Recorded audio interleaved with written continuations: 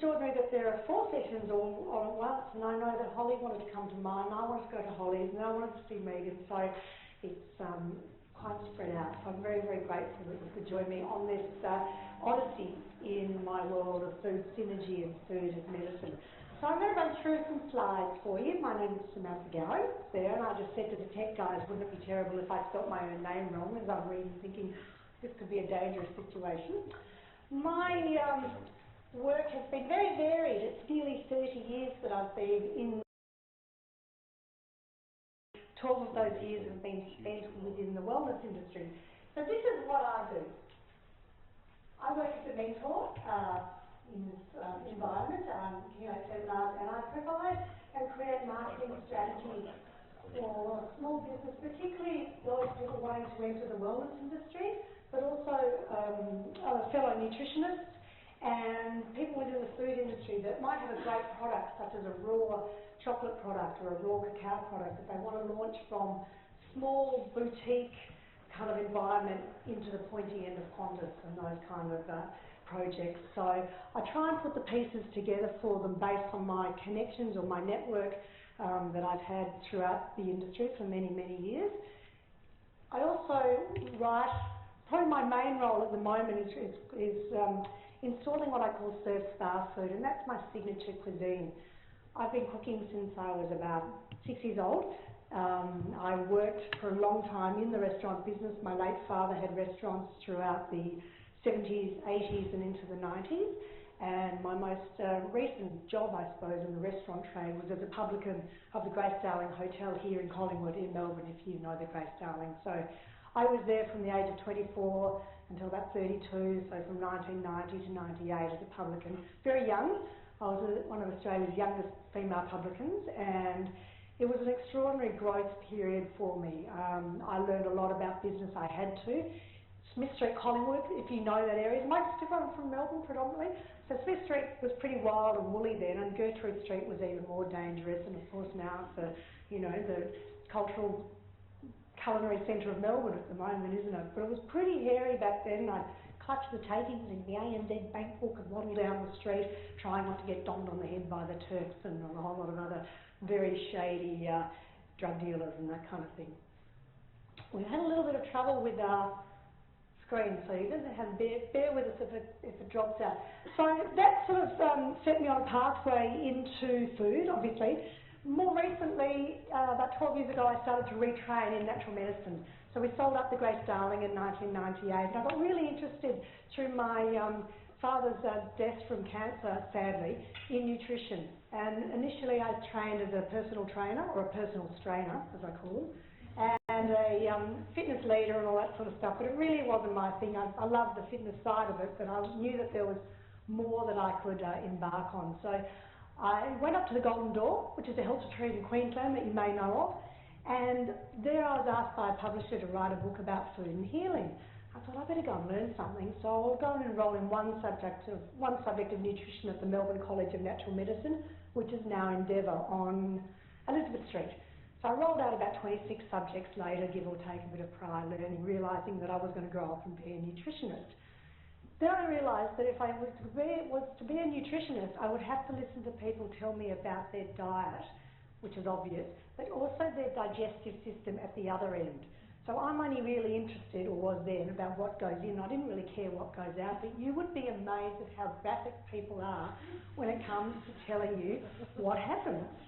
Now, there's a classic story where I found myself, as one does, at the Flower Drum on a Monday afternoon, a very long lunch with Kamal. And in those days, I was teaching yoga, physical asana practice. I still teach yoga, but more in the kitchen. And Kamal went over to us, telling me about your yoga. We had this extraordinary drunken lunch, as you do, I suppose, if you're someone like Kamal. The next morning, I was on a corporate job, which ties into this, at 9 AM in a town called Epping, in the city council, and the first council worker that came in to tell me about his digestion just told me the most horrendous story, and of course I had a raging hangover, and I thought, this is it. I'm not going to be that kind of nutritionist. I just want to work in food. I do not want to take clinical case studies on a regular basis anymore. So I realised, how was I going to do this? You know, my work is in food. My background is in food as medicine. I have a great connection, I guess, or respect and great love for the restaurant industry of the world, what can I do to permeate that? How can I bring my nutritional awareness into the current era, as opposed to being just a clinical nutritionist? So I set up the Organic Cooking School, and that's a mobile service. And so since about 1990, it's not going to be fun, is it? There's a tech guy rolling around. Just bear with me for one sec. About 1998, 99, I set up the cooking school, and so I started at William Angus teaching short course predominantly in Japanese cuisine, which is something I'd learned for a long time, how to cook Japanese food, and other Chinese medicine subjects as well.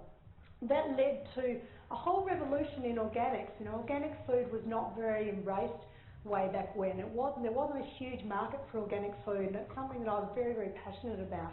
And I knew that if I created a mobile organic cooking school that could go into corporations and offices and festivals and demonstrations, that it would be something that people would want. So that still comprises a lot of my work. The surf spa food element takes me to places as far-flung as Zanzibar off Tanzania to write luxury hotel foods, to surf spa foods for hotels like the Kempinski Group. More recently, I was in Bali with the Four Seasons writing spa foods for them, and possibly going back to another property of the Four Seasons as well. So it might sound like it's a really glamorous job. Yes? Can you just explain to listeners, what do you mean by spa food? Okay, so there's a whole cuisine that gave rise in about 1998 by a French chef called Raymond Blanc. And he looked at how he could interpret what was happening in California, which was also referred to these days as Californian cuisine. You may know of a Japanese ingredient or a Japanese dish called the California roll. The California roll came out of demand allegedly for Hollywood and LA actors to have something that wasn't so fishy. So it's prawns and mayonnaise and avocado. So George Blunt looked at how he could interpret some of that into the food he was doing, and it's very light. You may know the expression or the classification of nouvelle cuisine. So spa cuisine for me back then, long before I even got into this, was always very minimalistic, was often just green and small cubes of diced carrot and so forth, and a few radishes. So I wanted to explore that notion and see how I could expand it. When I moved to Byron Bay, which I'll tell you about a bit later, and took up surfing, I realised there was a huge market for a more abundant cuisine, other than just the vegetarian cuisine that was served at motels retreats around the world. So I devised this whole concept, this whole mode, I hope, called surf spa food, based on the early principles of spa cuisine. Spa cuisine is very aligned now with the raw food movement. I prefer to call that living cuisine, particularly in Melbourne, because it's too cold for the Melbourne digestion. Oh, look at this. So let me just touch on this last one, we'll get off this slide because it's got all these doovalackies going on. And just recently this year, I decided I didn't have enough to do, so I thought I'd do a Masters with Le Cordon Bleu, and that's what I'm currently doing. So Southern Cross University and Le Cordon Bleu have an online affiliate program for a Masters of Gastronomic Tourism, which kind of fits my surf spa food. So in my role as mentoring, it's about how can we fully find the niche of what we're doing, where are our passions, where do they lie, and how can we flesh that out to create a business around it. So that's essentially how that's given rise to where I am doing what I'm doing today. But when I'm not here speaking on my feet, I'm standing in this kitchen, and I'll just give you a little clip. Hopefully for the magic of AV this will work, that you can watch for a moment. Hi, I'm Sam. I'm head therapeutic for the Ocean Retreat. I'm looking forward to you joining us here so I can take on an amazing culinary journey to show you the healing properties, the individual ingredients surrounding our food and medicine. We use all the local produce from Tweed Valley and the bounty produce that's available in the Golden Food. Over to you, please. Okay, so that's what I'm doing now when I'm not here with you. Get that, sounds like a porno track, doesn't it? Goodness me. Outrageous. The health retreat industry has been an extraordinary boom, particularly in the last 15 years. And what I've noticed being a wellness practitioner is that there's a huge demand for self-empowerment through medicine and through self-healing. All you have to do is have an itchy forehead, and of course you think you're going to die from that, so you end up on Google self-diagnosing and so forth. So the health retreat mode has become extremely popular and successful. Cabarita Ocean Health Retreat was established only a year ago, and the founder of that, or the co-founder, is a man called Brooke Ramage, who founded the Golden Door brand. So I moved from Melbourne, from Collingwood, to Byron Bay about 4.5 years ago. I feel like I manifested this health retreat because the rest of them are in Queensland that I was working at. There's one called Gwingana, and I was working there not as a chef at all. And so this one we have is, we only sleep 24 people. We have 12 rooms, and it's a small boutique property right on the ocean. That's probably one of the only oceanfront places of healing. So that's where I am about 40 hours of my week. Now from this morning sessions, I try and minimise some of the work that I do, the labour-intensive work, and it's listening to Kathy in particular and what her vision is for the next 10 years, looking at how I can fully systemise some of the work that I do. So, what I'd like to talk about today, and because we're a nice small forum and an open forum, we'll just work with each other and ask questions whenever you want to. Looking at the 4 points here of workplace wellness. Do most of you have a workplace wellness opportunity in your workplace? Yeah, so some of you practicing yoga once a week, some of you, yeah, having other speakers that come in. Okay, so the corporate health market also in the last 10 years really amplified. There wasn't a lot there 10 years ago, and now of course we know that it's a very important and attractive leverage point of staff retention and staff motivation. Optimal well-being is a journey and not a destination, and to take the pressure off your own self, you know, health and wellness is about being on a continuum. So we might feel like we're here drinking Diet Coke and having brown bread, white bread constantly every day, or processed food, and then we might decide that we don't need the Diet Coke, so we might move into something a little less acidic and a little less processed, and then slowly as our health or healing journey unfolds, we find ourselves further towards a place of optimal wellness. So it's not necessarily a destination. So many people come to me privately as clients, as mentorees, and in the health retreat environment saying, I just want to be extremely healthy tomorrow. And they'll often try and go home and clean out their entire pantry and go, I'm just going to buy organic food and fill it full of raw food and, you know, never eat this and that again. But it's not about that, because you have to be realistic with your health, particularly about the foods that you have. And you really need to tune in and see what are the foods that are resonating with you. What's working for you? I know for me that wheat doesn't work very well. My eyes start to water, my legs ache, and I get really, really sleepy if I have too much wheat. But often I'll be on the road like this, and it's often served to me, and it's okay, I can have it in small doses. Caffeine is another thing that I'm exceptionally sensitive to, but sometimes it's there, once a month here or there, you know, it's fine. So a lot of my journey or my experiences has just been test and measuring my own health. And that's what I always implore the guests and the clients and the people that I encounter, is that they just work out day by day what's not serving them, rather than trying to do the whole thing, become a, you know, wake up and be a marathon runner. Maybe small incremental steps to wellness is probably the most valuable key I can really share with you. We're going to have a look at angiogenesis, which is cancer, a whole medical research around how food synergy is supporting and preventing the cancer process, and looking at how you can have a food as medicine pantry. I'm going to give you a slide. I'll share that with you later if you'd like it, a little pantry list.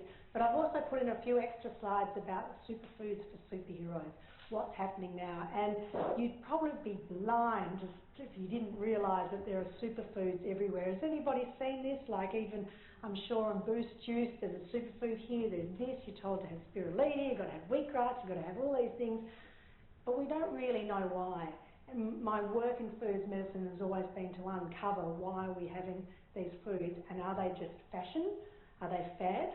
You know, or is there a function that we can incorporate? Most of the superfoods that are sold, often branded through the magazines, are mostly imported, and often there's an Australian variation that we can accommodate as well. So looking at a healing journey, The interaction of what we eat directly correlates to how we feel. And looking at how we can produce a combination of foods that are greater than the individual sum. So it's what we put together and how we put together. We can throw back to a Mediterranean concept or a botanical concept of tomato and basil, companion planting, which many of you probably already do intentionally, if not unintentionally. We know from a dining perspective that they're one of the great companions, aren't they? Beautiful together. But they also activate a synergy within each other, particularly if the tomatoes are gently cooked. They release a compound called lycopene. And lycopene is only found in that warm cooked tomato and not in the raw state.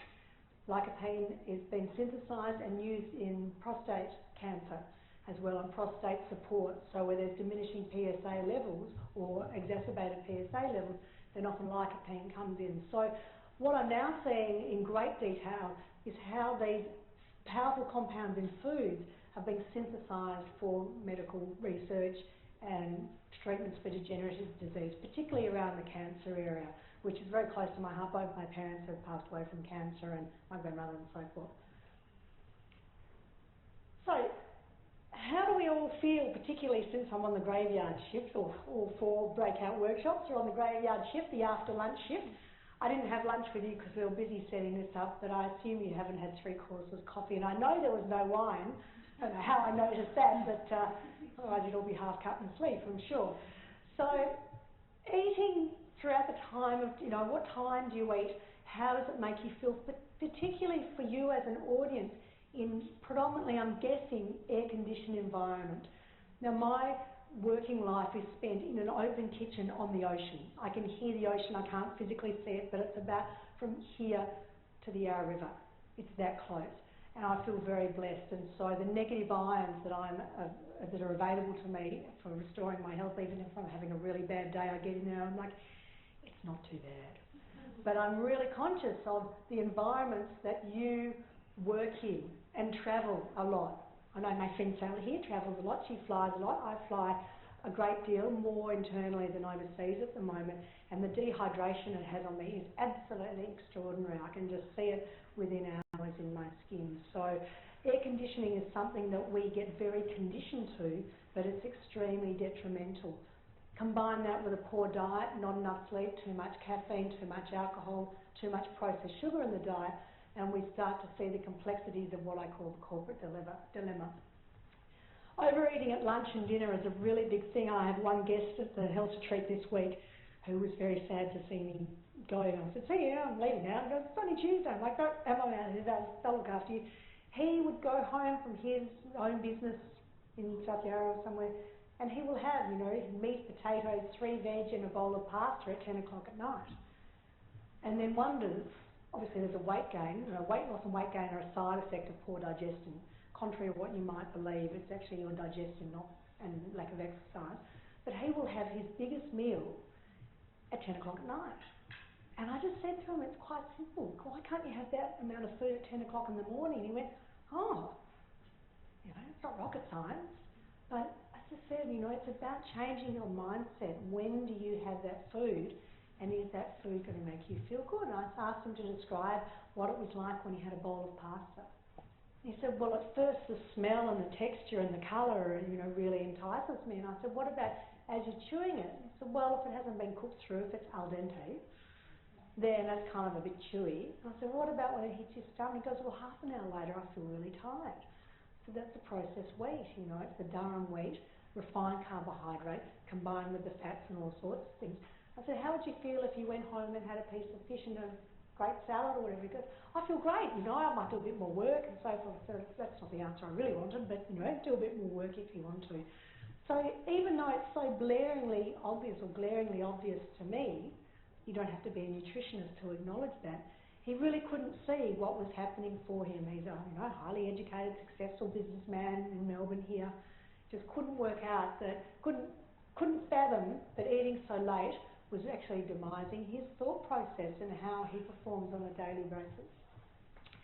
The blood sugar level, the 3 o'clock, 4 o'clock thing is something we're often discussing about how instability from blood stabilisation or destabilisation affects us. And as we become more conditioned to having processed sugars in our diet, we start to see how the insulin responds. So you know, if we have sugar at 3 o'clock this afternoon, we have afternoon tea, the chatter will go from, oh, that was a great session, to, oh my God, it's fabulous, you know.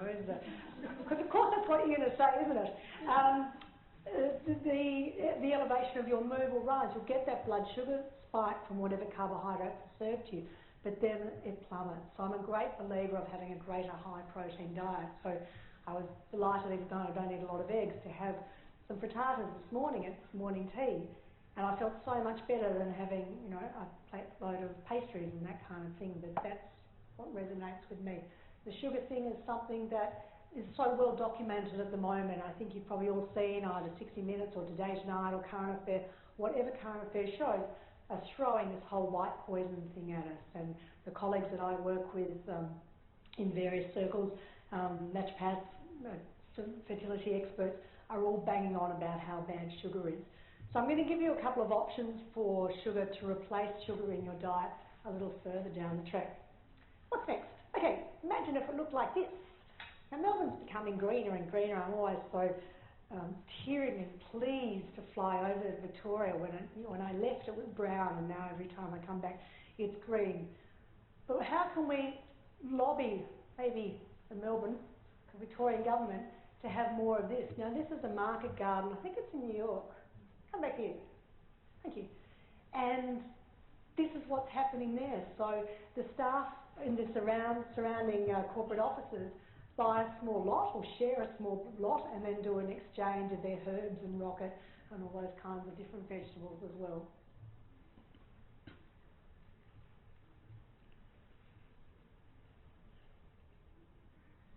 Let's move on to the essential ingredients for emotional stability and so what I call mind food or food mood mind.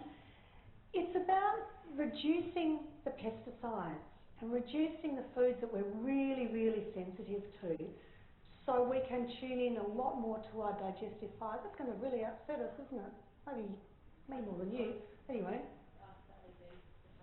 Yes, he was floating around, my new best friend. But anyway, the power of your digestive system is unbelievably strong. There are more neurotransmitters here than upstairs here. So we call this the second brain. So we as women, I think there's mostly women in the room, one bloke hanging around the end, we know that we listen to our gut. You know, women tend to govern from their gut and men tend to govern from their brain, their upstairs brain, which is probably why women can multitask, because there's a lot more intestinal wall going on here. So it would make sense to suggest that if we had a clearer digestive function, that our intuition would be more amplified or have a greater awareness as well. So the less burden we put on our digestion, the more effective we're going to be. That's quite obvious, yeah? Is that doable? So we know that there are certain things that we do on a daily basis that we shouldn't do. Maybe not shouldn't, but we would be better off without doing. Yet we still do them, which is okay. So there's a letting go period. There's a mourning period of some of those things that we know, okay, eventually I'm going to have to give up the M&Ms or whatever it is, because I know that even though I'm getting that quick fix, I'm also kind of getting really shaky from it. So I've been fascinated about this second brain and about how food affects us emotionally for such a long time. It's just something that has entertained me and has been a great curiosity for me. I've spent a lot of time, not necessarily with this lady, but with a woman like her, much younger and Australian, with a girlfriend of mine in Bali whose name's Janet Jadif, and she has restaurants in Ubud and has had her cooking school for a very long time, at least, I don't know, 12 or 15 years or longer than mine, and we have great conversations about what the Balinese do and what the Thais do and what most of the cultures from Japan to China around the Asian and Southeast Asian belt, and certainly the Ayurvedic medicine of India. My background in studies is as a clinical nutritionist, but I opted to study informally Chinese medicine. And it made sense why beef and black beans go together, because they help to tonify the kidney area because they're black foods. More about that later. So I started to look deeper into the Asian or the Asia-Pacific region, of which I've travelled quite extensively, and probably more so than the European, purely because I haven't spent a lot of time in Europe. And I just found that, you know, each culture within the Asian area is so much, so indoctrinated into what they put on their plate and how they eat it. And the aging thing, you know, the Okinawans in southern Japan are one of the longest living tribes that there is, and they eat predominantly fish and vegetables. They eat little bits of rice, and processed grain is something that I'm very, very wary of. I don't probably want to spoil your lunch, but too much refined carbohydrate and processed grain is something that I find creates a lot of acidity and inflammation. But if you look into the Eskimos, of course, have more brown fat, and what the Okinawans do, they do a lot of physical labour, they eat well, they have fresh air, and they have access to the ocean. So I don't know whether we can classify Port Phillip Bay as the ocean, but maybe getting a little bit closer to it. This is something that I believe the allergies to nuts especially, the allergies to nuts especially is stemming from.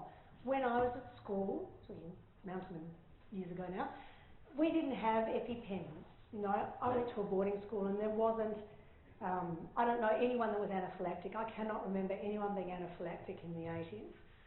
Maybe it's something that grew on them. And now every guest that I see, they say, some of us can't even take, our kids can't take their own lunch to school in case it contains traces of nuts. I always say I'm the chef that contains traces of nuts, but they always, you know, tell me these horrific stories that they cannot take, obviously, certain nut treats and some of the superfood balls that we make at Cabarita. So this is my hunch, and I think it's pretty valid, is that wherever we're having food with numbers on it, then that's contributing to our food allergies and sensitivities.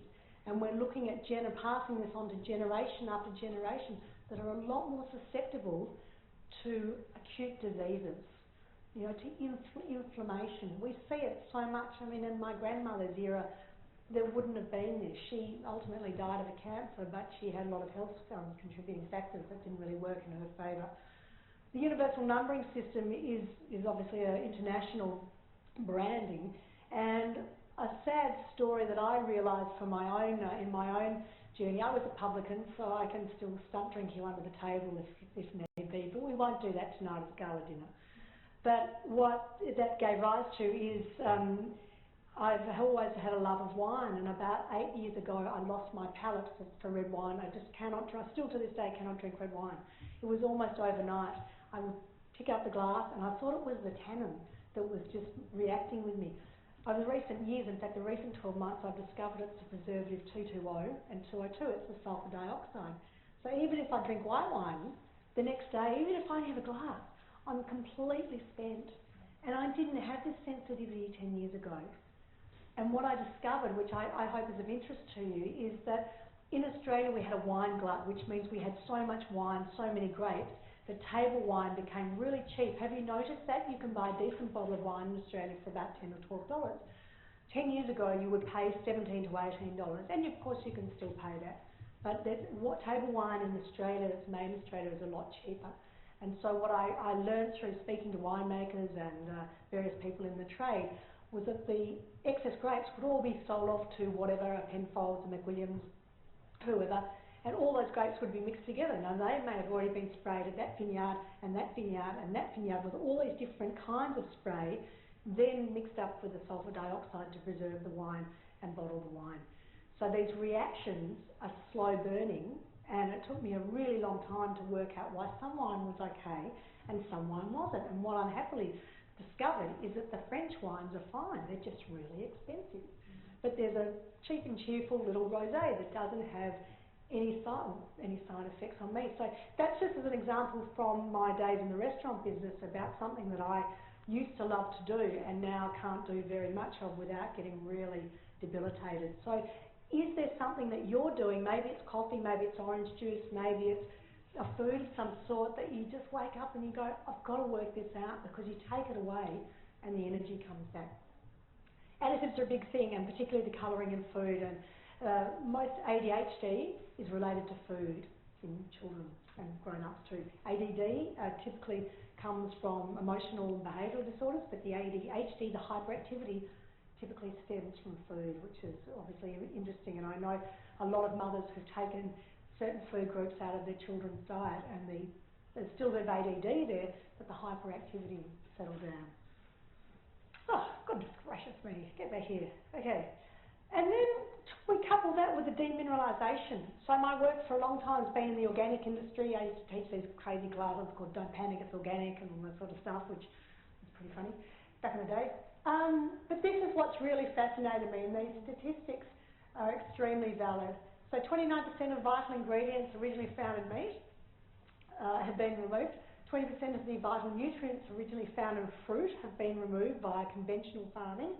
And 40% of the vital nutrients originally found in vegetables, 40%, that's nearly half, right, have been removed since the days of our grandparents. So these are some of the factors that we're battling with. Now, I don't expect you to go and fill your house with organic produce, so I'm sure the organic suppliers would be delighted. But little bit by little bit, because of this, the demineralisation is something we're exposed to.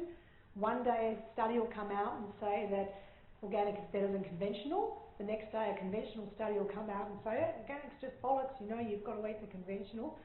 All I ask you guys to do is to listen to your own body and to no longer outsource your health to the internet and to a lot of the maybe less salubrious magazines. That we know what to do.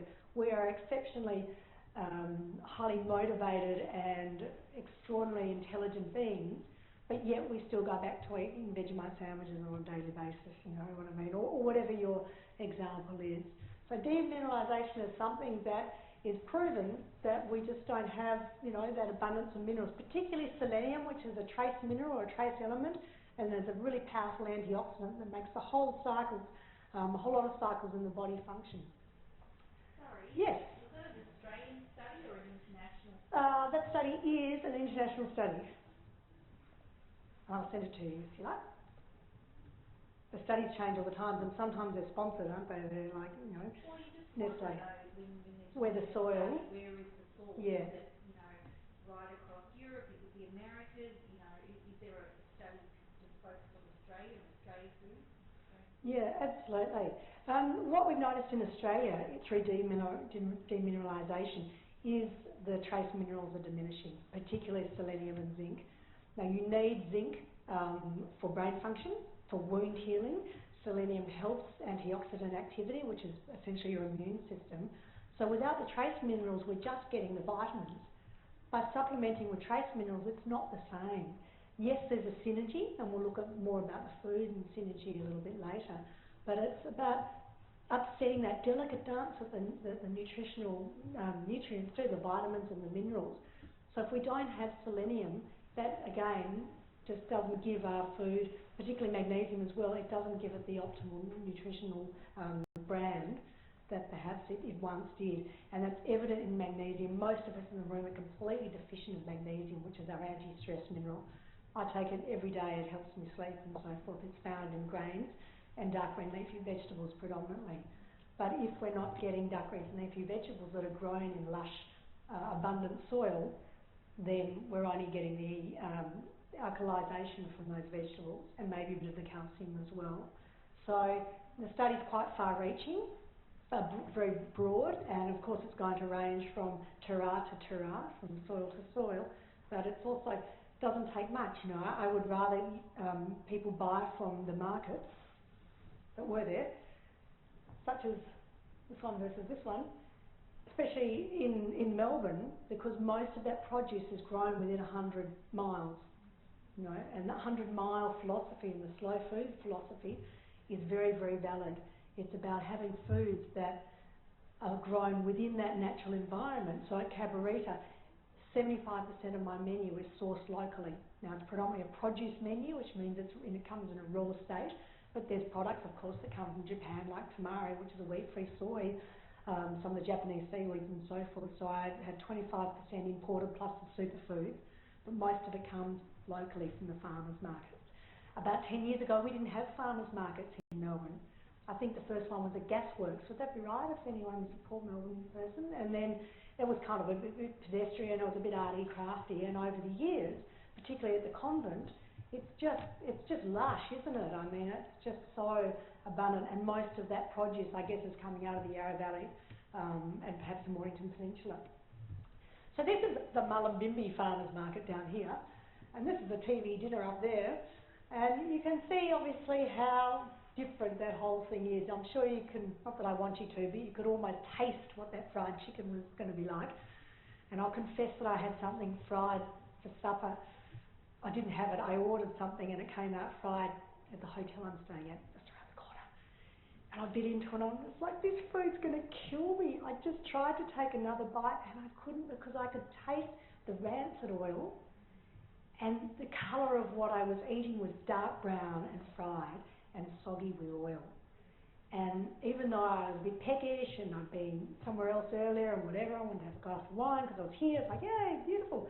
I had to walk away, and there was no one, of course, to complain and have a tantrum. So I just left this whole plate of, like a little tapas plate, and just walked away. And I got up to my room and took something and went, oh my God, I think it's going to kill me. So deep fried food is something that's extremely dangerous. It releases something called trans fats and benzopyrene, which is a carcinogenic. As soon as the fats are heated to such a high temperature, they denature, and as oils are burnt, even in our own cooking oils and sautéing and so forth, they release very dangerous molecules that create a cascade of free radical damage in the body. So oils and fats are something we look at really, really closely. We need oils and we need fats for brain function. Back in the days of the Pritikin diet, I don't know if you vaguely remember the Nathan Pritikin diet, there were no fats at all, it was all carbohydrate driven. And I think he ended up with depression because he just didn't have the good fats to sustain him. So what we look at now is we need more fats than we do grains and so forth. So here's some combinations you can do. You might want to jot a few of these down. So fruits combined, vitamin C. When we have kale, for example, you know what kale is, or silver beet, variation of, or even spinach. When we add lemon juice on our spinach, it helps to draw out the iron that's in the spinach. In a lot of French bistros, they'll serve a piece of lemon alongside a steak. And they used to do that in bad pubs in Australia too. But it actually has meaning. The lemon juice helps to extract the heme iron out of the meat. So wherever you're having meat, particularly if it's red meat, have some lemon juice on it. So the synergistic reaction is to amplify the iron and make the iron more bioavailable. If that flashes, just turn itself off, let me know.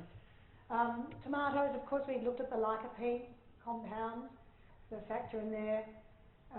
One of the greatest things you can be having, or the greatest vegetable botanical groups, is the Brassicaceae family, which is essentially all the vegetables your mother may have cooked that used to overcook and used to smell the house out. So it's Brussels sprouts, broccoli, cauliflower, cabbage. And contrary to the sulfur dioxide, they also release a sulfur, and that's what makes them smell. But it's the sulfur that's an antioxidant. So even though the sulfur dioxide in the wine is something that makes me react terribly, we still need some sulfurs because they're powerful antioxidants as well.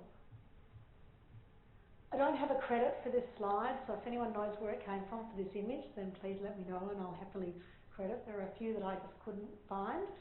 And if you'd like any of this information, I can't give you the whole presentation, of course, but I'm more than happy for you to email me as well. Are there any questions on this? Is it doable? Small incremental changes that you can slowly add. One of the best tips I can give is one of the easiest things, and I guess the health retreat just goes mad over this, is having chili with every meal to boost your metabolism. Chili is a natural metabolic speedster. It burns fat. It has thermogenesis behaviour, which means it literally melts body fat. Now, most people go straight to Woolworths and buy cayenne pepper after a session with me. They're like, I'm not going to drink that. So lemon juice, hot water, ginger if you want, and a pinch of cayenne pepper will help to create and stimulate, create a fat-burning effect and stimulate your metabolism. If you like chili. If you don't like chili, then that's a whole other conversation. Which is why often if you're wanting to lose size and you end up going to somewhere beautiful like Southeast Asia and you eat twice as much as you normally would, but you're eating lots of chili and you're eating a lot of aromatics and galangal and all those very warming spices that stimulate digestive fire. You've also, if you live in Melbourne, taken yourself out of the cold Melbourne winter. And the cold Melbourne winter slows down your metabolism. It creates a great dampness. I lived in Fitzroy, the old Great Darwin Hotel, if you know it, is bluestone. It's very, very cold and damp. And then I doubled that up with living in a bluestone house. So my digestion was completely shot for a long time, and I always thought it was about exercise and what I was eating and when I was eating. And as soon as I repaired my digestive fire, you know, excess body weight and so forth just slowly tipped off. Yes? It's confirming to me that the tomato and avocado combination, because I know I'm bad with lunch, but I'm good with breakfast, and that's one of the things I start my day with on a piece of omelette toast.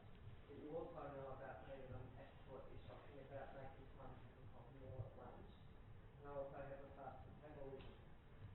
So therefore I need to refuel during the day, and I'm always looking for things that are easy, accessible, that I can have at work or at my desk healthfully, and nuts is one of those things, and dried fruit. But do you have some suggestions? Sure. There's things that there's recipes that I'm more than happy to share with you. They're all on the recipe website anyway. Certainly trail mix, you know, nuts and seeds, but not just the big nuts, not just raisins and sultanas, adding goji berries and coconut and pepitas and sunflower seeds, so preferably activated, which I'll talk about a little bit more, that are going to give you those nutrients. Because nuts are great. I eat a lot of nuts, but they're also not necessarily for you, but for someone that's wanting to lose size, they are good fats, but too many of them is going to create too much fat in the digestion or too much mucus. So we look at mucus-forming foods and the proliferation of mucus in the digestion. The lunch thing, or having food on the go to boost and maintain a really rapid metabolism, are things like the bliss balls, or we call them superfood balls or power balls, and we make them out of raw cacao, which is a superfood I'll go into detail a little bit later, and various nuts and seeds.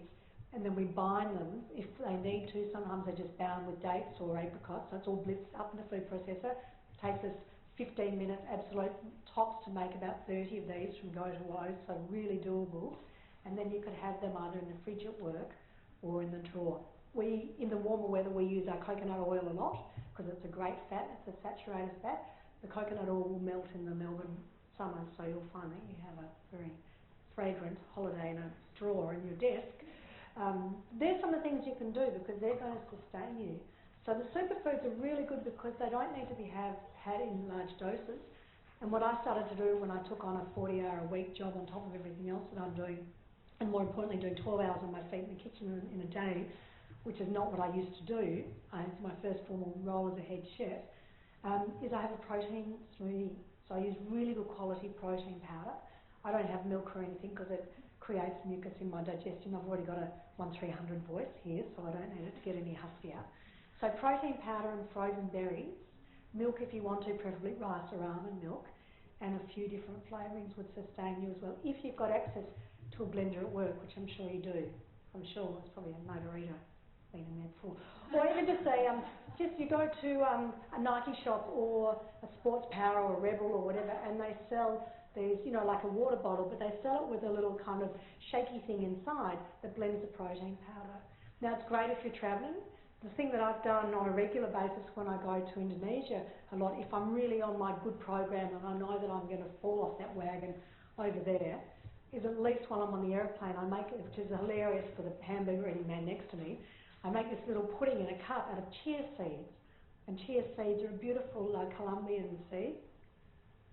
Check on that. Then I just mix it up with water and put I might have some dried fruit, and I just let that sit in a plastic cup for about 5 minutes. It might sound a bit strange, but all you need is a cup, 2 or 3 teaspoons of these seeds, and they'll help to sustain you. They're extremely mucilaginous, which means they help to repair the intestinal wall, but they're also really, really powerful protein, and they'll fill you up, and I'll send you a recipe. Maybe I'll just send you some seeds and a whole kit, because I know you won't do it if I don't do that. Okay. So again, hopefully there was a little credit for this amazing slide. I'm not a vegetarian. I've tried vegetarianism, and I was just the most bad-tempered vegetarian you've ever seen. My blood type is an A neg, and so allegedly, according to blood type diet, I should be a veggie. But more recently, I went on a paleo diet, and that's what I maintain at the moment, at least for since about November of last year. So I eat a lot more animal protein than I used to, and I eat a lot more fish, and essentially my day might look like a protein drink, a little nut or chi ball or something mid-morning, and then whatever the guests have eaten I'll have a little bit of, and that's usually a bit of grilled fish, root vegetables, and some kind of salad. Or I'll only use organic grass-fed beef, and I really want to get this message to you. Most of what you're sold in restaurants is grain-fed beef. We used to be sold a lot of corn-fed hens, which used to come out of a butcher called Jonathan's next to the Grace Darling. The corn-fed hens are great, you know, they're yellow, they're beautiful. A lot of poultry is fed grain. A lot of fish is fed grain. So it's no wonder we're getting all these inflammatory responses, because we're getting this passive intake of grains from everywhere. The grass-fed beef, like the Kobe beef in Japan, has a more luxurious flesh. It's slightly fatter, but it's fed on, it's natural. The cows are fed on what they would naturally graze on. I've never seen a cow eat a packet of Nutrigrain. So we've got this whole thing about industrialised farming and agriculture, of feeding these herds this grain to fatten them up and to beef them up. And of course you can put steroids or whatever you're going to put in them. Maybe not human growth hormone, maybe some other kind of hormone, bovine growth hormone, and antibiotics into the grain, whereas you couldn't do that with grass. So to have grass, you need water. So of course we had a drought in Victoria and southern New South Wales and what would that be, eastern South Australia, didn't we? So we didn't get a lot of grass fed, and everything kind of went to grain fed. But where possible, buy grass fed and order grass fed. Now most of the decent restaurants in Melbourne certainly list the provenance of a lot of their ingredients. Have you noticed that, the food trends, that, you know, it's no longer sauteed whiting with a, you know, salad of king dory and nanga, it's like Gippsland grass-fed beef, radish, mustard, full stop. It's like, well, where's the rest of my food? You know, menu trend writing is really interesting. These are some of the reasons, if I haven't sort of mentioned them. So the grain-fed is a year to maturity. The grass-fed is 1.5 to 2 years. So of course, it's faster to raise a grain-fed cow than it is to raise a grass-fed cow. So it makes sense, doesn't it? The turnover volume, if you're a cattle breeder or cattle farmer selling to market, you're going to get a lot more turnover. But the nutritional benefits of eating grass-fed, of course, are well documented. You're eating a food that cow can actually digest itself, and so you are getting that part of that alkalization from the grass as opposed to the acid-forming response from grain-fed. The same with poultry and so forth. Can I move on from that slide, or are you still writing? Yeah, cool. All right. So I want to talk about this amazing man that I don't know how I fell over this guy. I've never met him, but I met him on the interwebs. That kind of makes for meeting, doesn't it? There was a TED talk about food synergy, and he just blew me away. I'll give you the link to check him out, or just Google William Li. He's a front runner in the potential of how we can, I don't want to use the word cure cancer because that's extraordinary optimistic, isn't it? But how we can perhaps minimise the long-term effects of the cancer process. We know that cancer is in pandemic crisis at the moment. You know, people liken it to the bubonic plague, and originally, you know, in smaller comparison to the AIDS virus. And that hopefully in the next decade we may see more of a savable treatment, or more of a supportive treatment, rather than the amount of people that we lose to cancer. I know everyone in this room will have lost someone to cancer at some stage in their life, very close to them or within 2 or 3 degrees of separation. So it's always been part of my sole purpose and my campaign, I guess, since I lost my dear father, I was very close to, is try and find a cure through cancer, through food and medicine. I've got a big job, but, you know, I'm working on it every day, huh? So this dude, William Li, talks about this thing called angiogenesis, and I think I've a little bit more. Can you read that? Let me see, sorry. So he talks about what is the answer to cancer, or is this the answer to cancer, as he would say in his American accent, and can we eat to starve the cancer? So he looks at 2 things that are happening: undereating and overeating. Essentially, eating too much acid-forming foods, just to simplify it a little bit for our after lunch session, is going to feed the cancerous cells. So cancer cells are ones that change shape. They say they metastasize, and they proliferate at a rapid response. And through the drug testing that he's done, and through his experiments with genetically modified mice and so forth, he started feeding them certain kinds of foods, and the cancer stopped. in his TED talk, he shows dogs. There's a beautiful boxer, then I think a Clydesdale that had cancer through its nose, and by giving it certain medication and certain foods, the cancer was arrested. So he looks at the insufficiencies, so the chronic wounds, so the cancer, so the degenerative diseases, and let's call something like obesity diseases of society. We're looking at, is there a predisposition to some of these diseases? Is it a DNA and a cellular makeup, particularly when it comes to diabetes and obesity? But more often than not, most GPs and certainly nearly all naturopaths and health and wellness experts will tell you it's nutrition is 75% and exercise is 25%. Essentially, to put things back into homeostasis and back into balance, it's about food and movement. So some of these diseases of the 21st century, or really the late 20th century, were not there hundreds of years ago. Diabetes, when I started studying nutrition formally in 1999, which isn't that long ago, it was called diabetes mellitus type 2. But it was often that the scenario was women mid-40s who didn't eat very much, empty nesters, who drank lots of Chardonnay. Go figure. And now we see diabetes type 2 in kids under 4 and under 5. And you see that all the time, don't you? You may know some, but you see it covered in the press and so forth. And so what that is they're having so much refined sugar that their sister hormone, insulin, responds to the blood sugar spike and the insulin rises. And after a while, the insulin just says, I'm not going to play this game anymore. I'm exhausted.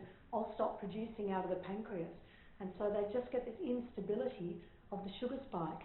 And that's where the weight gain happens, the syndrome X or the metabolic syndrome that a lot of other naturopaths write about, particularly Dr. Sandra Cabot. And that's where this epidemic or pandemic of diabetes and obesity, often called diabesity, has started to unfold. And that's only 15 years ago that demographic has shifted, that what is diabetes type 2 is now occurring a lot younger. So, a lot of what William Lee touches on as well is cancers, the most devastating diseases are cancer, cardiovascular disease, diabetes and Alzheimer's as well. He looks at this common denominator, the body's growth of new capillary blood vessels. So in some diseases there'll be too many blood vessels that are created, too many capillaries are creating or proliferating, and in other diseases there's not enough. And what he's looking at is arresting the blood supply to the cancer cells. If you give cancer oxygen, it tends to proliferate, but yet we need oxygen for healthy cells. So it's a real conundrum, isn't it? It's like, well, how can we do that and how do we know? And what he goes on to suggest is that so much of the cancer that is diagnosed is late-term cancer. And what if we were to start to look for the markers through pathology and through our own Ayurvedic and naturopathic observations and through our nutritional status about what are the precursors.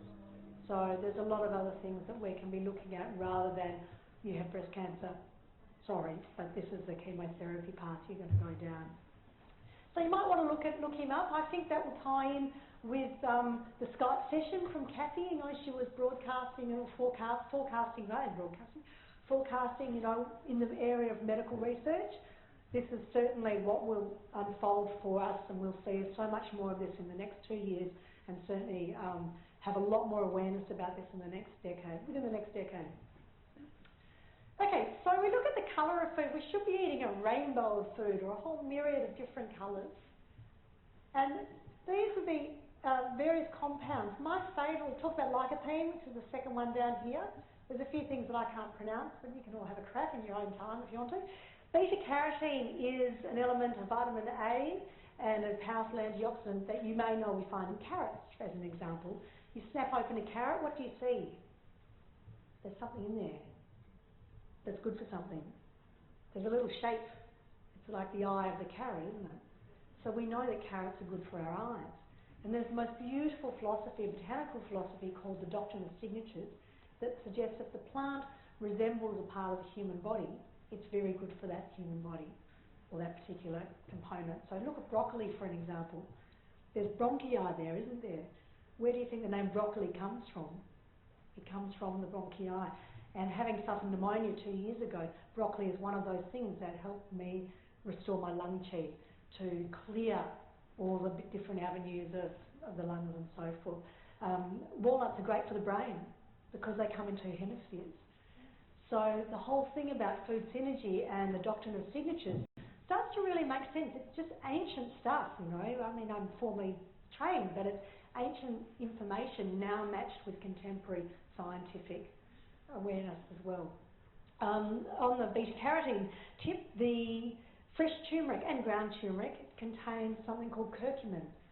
And now in the cancer treatment, they use a lot of curcumin to arrest the cancer process. It's anti-tumour, I think turmeric and tumour, and it will actually shrink the cancer cells. So half a teaspoon of fresh turmeric and hot water with lemon juice and honey is a tonic that I have on a regular basis. We have a dear friend of Cabaret Ocean Health Retreat who happens to be the Lord Mayor of Melbourne, and he comes up and says, make me that tea, quick, make me that tea. And of course it's got a bit of cayenne pepper because he's always wanting to get a bit smaller. But I make him my turmeric tea, which is a variation on the Balinese tea, or an Indonesian tonic, a jamu. So turmeric is really, really important. If you've still got some from 1988 in your pantry, perhaps that doesn't have a lot of power. So pick that one and go and get 100 grams of really beautiful, preferably organic ground turmeric, and start to add it to your foods. It's got an unusual taste, so don't add too much. Don't interchange it or intersperse it with saffron in your Mediterranean dish, because there'll just be tears and you'll be ringing and going, you told me to use turmeric, and you know, you'll have crashed the first date and you'll never see that bloke again, I can assure you. So there's some of the carotenoids and the different kind of elements, the isoflavins and the bioflavonoids that live in the pith of berries and grapefruits and all citrus that we can start to be aware of. Most of you are already incorporating those foods into your diet on a regular basis. Berries in particular are probably the best fruit you can have. Hands down, they're just one of the greatest things you can have. I would ditch, especially if you live in Melbourne, all the other tropical fruits, if they're not in season, other than the mangoes over Christmas time, but stick with the blueberries and the strawberries, blackberries, raspberries, etc., because they have such powerful anti-inflammatory responses. Yeah. So search out for the organic, definitely. Yeah. If you guard yourself and have a very strong immunity and you do a lot of these other good things, then having small amounts of conventional food is going to be okay, but you need to have this artillery. So if I fly long distance, I can't say to the space waitress, hey, where's my organic meal? And I don't want to starve, and maybe I'll take my own little pudding, but you know, it's like, you've got to be realistic as well, you know, and I grew up in the restaurant business and I've gone back to study in gastronomy. So for me to turn my back on eating in restaurants or in people's houses, it's just not who I am. So it's about you being authentic with where you've come from, with what your heritage is, what your lineage is, what your life has already been in this particular physical body, and how that's working for you on a daily basis. If you wake up and you turn into a Swami vegetarian, hey, that's great, but your mate's probably going to say, it's truth, you know, she'll end up in Byron Bay with Gowing. Hello, hi there. You mentioned the power of berries in the fruit, and obviously the best way to store them and all that, and the cheapest is those frozen ones. Yeah. But how different is the nutritional value? We use those frozen ones at Cabaret on a regular basis. In fact, I would have frozen berries every day in my smoothie for ease. I'll give you an example. A punnet of wholesale blueberries 3 weeks ago was $9.95, and it's now dropped down to $5.50, and I'm not quite sure why, from one of my conventional suppliers. So it's not sustainable. Have you seen where they're from though? Like there's a lot of those ones from China? They are, and you have to be really mindful of fruit that's coming in, that's being imported. A lot of the mangoes that come in pre-season are coming from the Philippines, and they're big giant, mongoloidy kind of things. So it comes back to the 100-mile radius, or the slower principle, slow, local, organic, whole foods, environmental, and regional. What can we have that's grown within our region?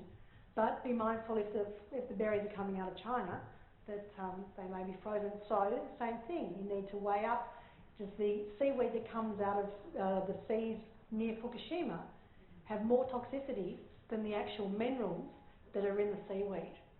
Now the minerals in seaweed are the highest and most valuable superfood you can possibly have. So wakame, arame, hijiki, nori, dulse, to name just a few, are the most powerful things you can be adding to any meal. Just throw them in your bolognese, they'll cook down, the kids won't even see them. Speaking of synergy, there's recipes there. If you would like to download a few recipes, bittersweetsour.com. You can tune into a show that we do, an online show called Health Talks, which is up to episode 3. So it's something we've just launched through 3 colleagues of mine as an online availability community network. This is a beetroot and pomegranate salad, which I talk about in this episode that launched yesterday. And I talk about the aphrodisiac qualities of pomegranates, and everyone goes, oh great, she's going to talk about sex, fabulous. And I talk about the liver detoxifying properties of beetroot, and how beetroot has chlorine, just like the swimming pool, that helps to cleanse the liver. And then we use pepitas, which are pumpkin seeds, to help to boost the protein content and alkalise the skin and restore or give integrity to hair, skin and nails. So yes, it might look like beautiful food and hopefully very healthy, but every meal I put together, every dish that I create has an intention, an absolute intention for each guest that comes through the health retreat. When I'm at home, if I came to your house and we had a schnitzel or something, absolutely. I might not feel as motivated the next day, but we would have had a really good time having that, you know. So it's all when you have it and how you have it. A couple of the superfoods I'm just going to touch on. I'd be more than happy to share some of this information with you.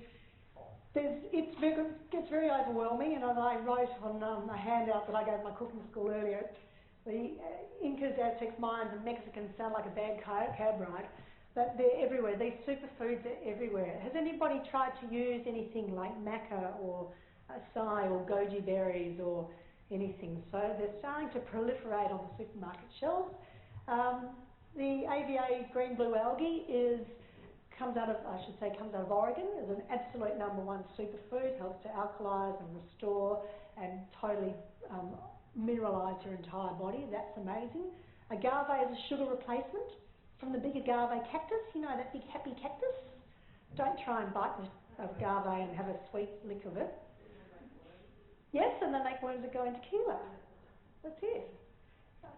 I'll give you this if you were taking notes. Raw cacao is something that is not to be confused with cocoa in your recipes. Different thing. Cocoa comes from raw cacao, and raw cacao is a superfood that is very, very energising. It has a caffeine effect, certainly on me, so I will have half a teaspoon or a teaspoon in my morning smoothie with blueberries and protein powder to get that kind of feeling, that zhuzh feeling. So raw cacao is what a lot of the raw chocolates are made of. I don't know if you know a brand in Melbourne called Naked Treaties. She makes beautiful bliss balls and those kind of things. These are the kind of ways that we incorporate the synergistic foods, the superfoods for superheroes into our daily diets. Chia seeds we talked about, the Colombian ones. These are readily available, and I strongly encourage you to get on the chia seeds. They're very, very good for you, and they give you a lot of protein. The other superfood, I can happily share this with you in conversation later, is maca, particularly for us girls. It's a hormone regulator. From a herbal medicine perspective, we would say it's an adaptogen. So if your hormones are raging out of control, it can help to pacify you. If your hormones are understimulated, it can also help to bring them up. So it's very multifaceted. It comes as a root, in a root powder. It's got a slight sweet flavour to it, and again you can scatter it over your muesli in the morning, add it to smoothies and so forth. You'll start to see these pop up at your favourite juice bars. They're expensive. You'll pay an extra $1, which might be expensive for you, but just be mindful of a lot of them are imported, and the same thing, has that root been sprayed and has it or contraindicated the intention that was originally there. Okay, this one's a little bit easier for you, and I'd be more than happy to share, and then perhaps even get this printed out or just email it to you, this slide, because this one's a lot more doable than the others. And as we're drawing to a close, I just wanted to share what should be in your pantry, and you'll all jump up and down because it says chocolate. So dark chocolate's allowed to be there. I'd really like you to get off the soy milk. How many are on the soy milk? Oh wow, great. Yes, get rid of that. It's terrible stuff. Absolutely. Get on the rice milk. The soy, put it this way, for every acre of cattle you can plant 20 acres of soy. So we've been fed off this myth that soy milk is a healthy, milky replacement to our cow's milk, and it certainly is. It has a lot of phytoestrogen, which means plant estrogen. I don't know many women that need more estrogen. Most women have too much estrogen. Would you agree with that? estrogen makes you go a little bit cuckoo, that's a technical term. So if you're having more plant estrogen and you've already got a lot of estrogen, you're going to have more estrogen.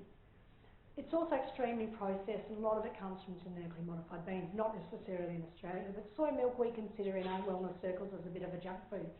Soybeans, edamame, so you probably all know edamame now, yeah? Beautiful, natural steamed soybeans with soy or tamari, unprocessed. So rather you have your soybeans raw like that, in their natural state as a whole food, or fermented. And fermentation or fermented foods, not necessarily beer and Vegemite, I'm thinking tempeh and sauerkraut and those kind of stinky, strong foods, they give rise to the bacteria that Kathy was talking about in the Skype. So the microecology of our digestion thrives on good bacteria. It's not about drinking your Colt, whatever it is. It's not about having, it could be a Colt, it's not about having, you know, just a probiotic every day. It's about making a proliferation of these probiotics by having soft cooked cabbage and fermented food, a little bit of tempeh, lots of miso soup, if your body can handle it, to give rise to this as well. I've talked about quite a few of those. What's kale? Kale is like silver beet, similar family. There's a species of kale that our local supplier Johnny Cups brought into Australia called Cavolo Nero, black kale, or Tuscan kale. It has that bubbly texture that silver beet has, but it's smaller. And it's exceptionally good for you. It's very alkalising, as all green vegetables are, and it's extremely rich in calcium. So most people think that calcium comes from cows. It actually comes as well from nuts and seeds and dark green leafy vegetables, oily fish, and so forth. So a handful of these foods, you can make a beautiful salad out of this. Obviously, throw in a few mung beans, you can find them anywhere. In the Byron Bay, there's thousands of mung bean eaters. I'll grow you some. Ginger, obviously, fish. You know, our restaurant food, and this is something I've always envisaged, is to maybe not go back to the restaurant industry, but to create more and more menus that is based around this food as medicine and not based around beer battered whiting and chips and, you know, pommes frites and all that sort of stuff. So, we'll just come back to her. So that concludes the food as medicine, the pantry and so forth. And I just wanted to share, since we're going to do a mentoring lunch tomorrow, and my friend Tally will be there mentoring as well, that this is part of the mentoring process that I do. And the lady who's about to speak, as soon as I flip the slide, her name's Nikki Fisher, and she's a food writer. She's a journalist here in Melbourne and wrote for Epicure, and I think she still does. And she came to me only a couple of weeks ago and she said, can you sort me out? I can't get my blog sorted, and a lot of what I do is teach people to build websites and do online marketing around, you know, health and nutrition and stuff. So have a listen to her and then we'll take some final questions. Hi, my name is Nikki Fisher. I've been a food writer and restaurant reviewer for over 10 years, and I recently started writing a blog called The Whole Food Mama. I went along to see Samantha for some coaching, and I was expecting to talk strategy and develop a plan as the way forward, and I came away with a whole lot more. Sam knows the stuff, business-wise and social media-wise, but it was her insight and honesty that really made an impact on me. If you just want to develop a plan and have a bit of a strategy, then just read the book. But if you want to have insight and wisdom and honesty to go with it, then I recommend the same thing. So that's something that may be of interest to some of you if you're wanting to leave the corporate world and open your own business. Certainly in the wellness arena, then we can certainly have a chat. Don't have much space, but we can certainly have an informal discussion over the course of the weekend. I'll be here until Friday. My obligations are again tomorrow lunchtime, but I'll be floating around, so come along and nab me. There's some DVD, the 3-set DVD that's available where the books are being sold, just at the reception area, and that showcases excuse me, a whole cooking segment based around food as medicine, and excuse me, 2 other discs on online marketing and social media for your business that might be of interest. So you can have a look out for those, a scratch and a smell. And that concludes the presentation. Does anyone have any questions? Thank you. Any further questions, lady? Gentleman? No? Go on, don't be shy. One here. What's your view on coffee? Coffee is certainly a great energizer in small doses. It's very acidic and it's very abrasive on the digestion.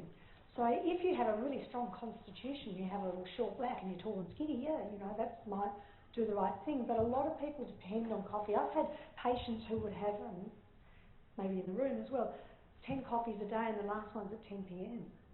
and they go to sleep. So the problem with coffee and too much caffeine is that it doesn't allow the brain to rest at night. And if it can't rest in its certain depths of the sleep cycle, circadian rhythms, then it interrupts the melatonin, which is one of your neurotransmitters, serotonin and melatonin, which give rise to your happy, loving self. So if you don't get that solid sleep because you've had too many uppers, essentially too much energising food, then you're not going to allow your body into full recovery mode when you sleep. That's probably from a broader perspective. Depends how many sugars you're having, what kind of milk you're having. Are you drinking 3 shots of espresso? If I had a shot of espresso with you now, or a shot of any coffee, I'll be awake till Christmas with you. You'll be fast asleep and I'll be going, come on, let's party, you know? It's like, it's very jolting. So in Chinese medicine, they use coffee. One of my colleagues on Health Talks, the last episode, she pretty much gave herself a coffee enema on camera, and that's going in the other end. So it's very good for curing cancer, but up the other direction and not down the throat. It is so. Because I've been on diets where I've gone off coffee, and just that coming down off caffeine, the headache that you get. But it's very telling, isn't it? Because what's happening is your body's releasing that very powerful stronghold that coffee has. It's going back, and that toxicity is going to the liver, and then it's kicking that out into the bloodstream. 2 days later, if not within 24 hours, you'll have a vasoconstriction of the cells and everything, which will create that tightness and the tension headache that follows. So the way we help our guests detoxify from coffee is to offer them, if they beat us up and insist, a small amount of green tea. So they get like a little drip feed of the caffeine and slowly wean themselves off from that. Coffee, the coffee, what should I say, coming off coffee should take no more than 2 to 3 days, unlike cigarettes and alcohol. Well, actually, alcohol detoxifies very, very quickly. You're much better off, and maybe not tonight, but going out and having a few drinks and not eating than you are having 3 courses, because your body will eliminate the alcohol because it sees it as a poison, and you won't hold that in the fat cells, which delights a lot of people. Does that answer your question? Yeah, yeah, yeah. So there's a question there, sir? Yeah, look, we have acidity and alkalization. Everything in life tends to come down to a pH, if you know your basic chemistry. So acid-forming foods are foods that are often catabolic. They build up, anabolic. They build up, such as grains. We know grains give us energy and so forth, but they create a lot of acidity in the digestion to break down. Where there's acidity, there's heat. Typically where there's heat, there's inflammation. So we know, certainly from my grandmother's day, that she couldn't have tomatoes because they were too acidic for her inflammatory disease, which was arthritis. So anything that's going to create a heat reaction in the body, an acidic reaction, is usually coming from acid-forming foods. Now they're usually from meat, chicken, eggs, dairy and grains, which doesn't leave a lot to eat. So the alkalizing foods are some fruits, not all, because a lot of fruits are very acidic, and most vegetables. But there are some anomalies in there. So it's not about just having to eat 100% alkalinity, but having more of these alkaline foods like some of those super greens and kale in smoothies, which might freak you all out, but lots of spinach and that kind of thing to boost your alkalinity. They suggest that you should have 80% alkalinity and 20% acid-forming foods, which is almost impossible, you know, unless you live in a kitchen like I do. There was just one question there first, and then we'll come to you. Thanks, Sam. That's really great. I'm just interested. I feel like lately there's been a lot of people talking about how they're intolerant to wheat. Not so much. I don't actually think they are intolerant, but you know they're saying they're gluten and. I was just wondering. I'm all about a very balanced diet, but is there any downside of cutting out wheat if we can?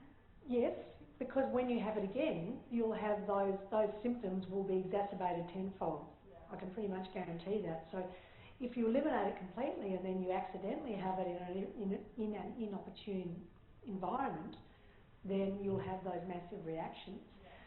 There's a lot of self-diagnosed gluten sensitivity, if you notice that, or gluten intolerance. So, and there's a huge fad about that kind of thing, and it's like, okay, I mean, it's very valid. We use spelt flour in very minimal doses at the retreat, because spelt is an ancient wheat and it has a lot of elasticity. It makes bread pliable and those kind of things. And I find that a lot of my self-diagnosed gluten-free guests that come in, well, they say, oh, this is great, it mustn't have gluten. I'm like, tricked you, yes it does, you know, but you're still okay, aren't you? So just be mindful, just remember that back in the day, certainly when I was growing up, that we had pasta that used to take 16 minutes to cook, the Durham wheat pasta, or thereabouts. And now it takes, 6 minutes to cook or 5 minutes to cook pasta. So the Durham wheat that we grow in Australia has been modified, I'm not saying genetically modified, but altered, the species, so it absorbs water faster. So if that's absorbing water faster, it's going to sit in your digestion, and it needs a lot of hydrochloric acid, a lot of agni, as I say in yoga, or a really strong digestive chi to process that. So you're much better off having fresh pasta if you love pasta. Get some fabulous Italian man to make you real pasta with his bare hands or something, you know, bare grills or whatever, than buying a packet of $2 pasta. So gluten sensitivity is very prolific and valid in various doses. Gluten intolerance is another thing, you know. I love bread, like I'm all about bread, but would you say like spelt bread would be a good option then? Yeah, a much better option. Essentially, we used to say naturopathically that rye makes muscle and wheat makes fat. So we look at what dampens down and creates mucus, what dries out and increases metabolism. And there was one more question, and it's nearly 3 o'clock, so it's... That was... Oh, great. One more, quickly at the back. So, coming from Asian background, we eat a lot of rice. Rice, yes? And then my kids are telling me they're growing at home. I was just wondering what kind of, should I have balance to... Are you Filipino? Chinese. Chinese.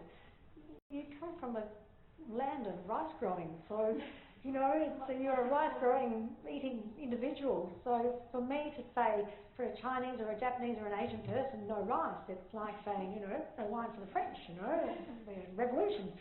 So just go easy on it. Have the best quality rice that you can possibly find.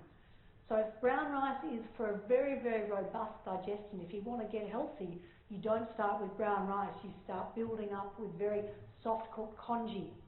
You know, it's something that you should be having. If you're wanting to lose weight, you still have very slow-cooked casserole-y kind of things to rebuild the digestive fire. For your kids, are they well? Are they healthy? Yeah, they're creamy, but I just am very, very cautious that I need to get them, one of them very Aussie, so it's bread and bread and bread and Yeah. bread and rice. Yeah. But my husband, typically Yeah. Chinese, always Yeah. rice, so I'm trying to keep the balance. Yeah. So your Aussie kid, his DNA is still built from rice. Yeah. It's not built from tip-top white hot time. You know, even though I'm sure he's pretty convinced that it is. So he will thrive on a rice diet. Remember, rice is a whole grain.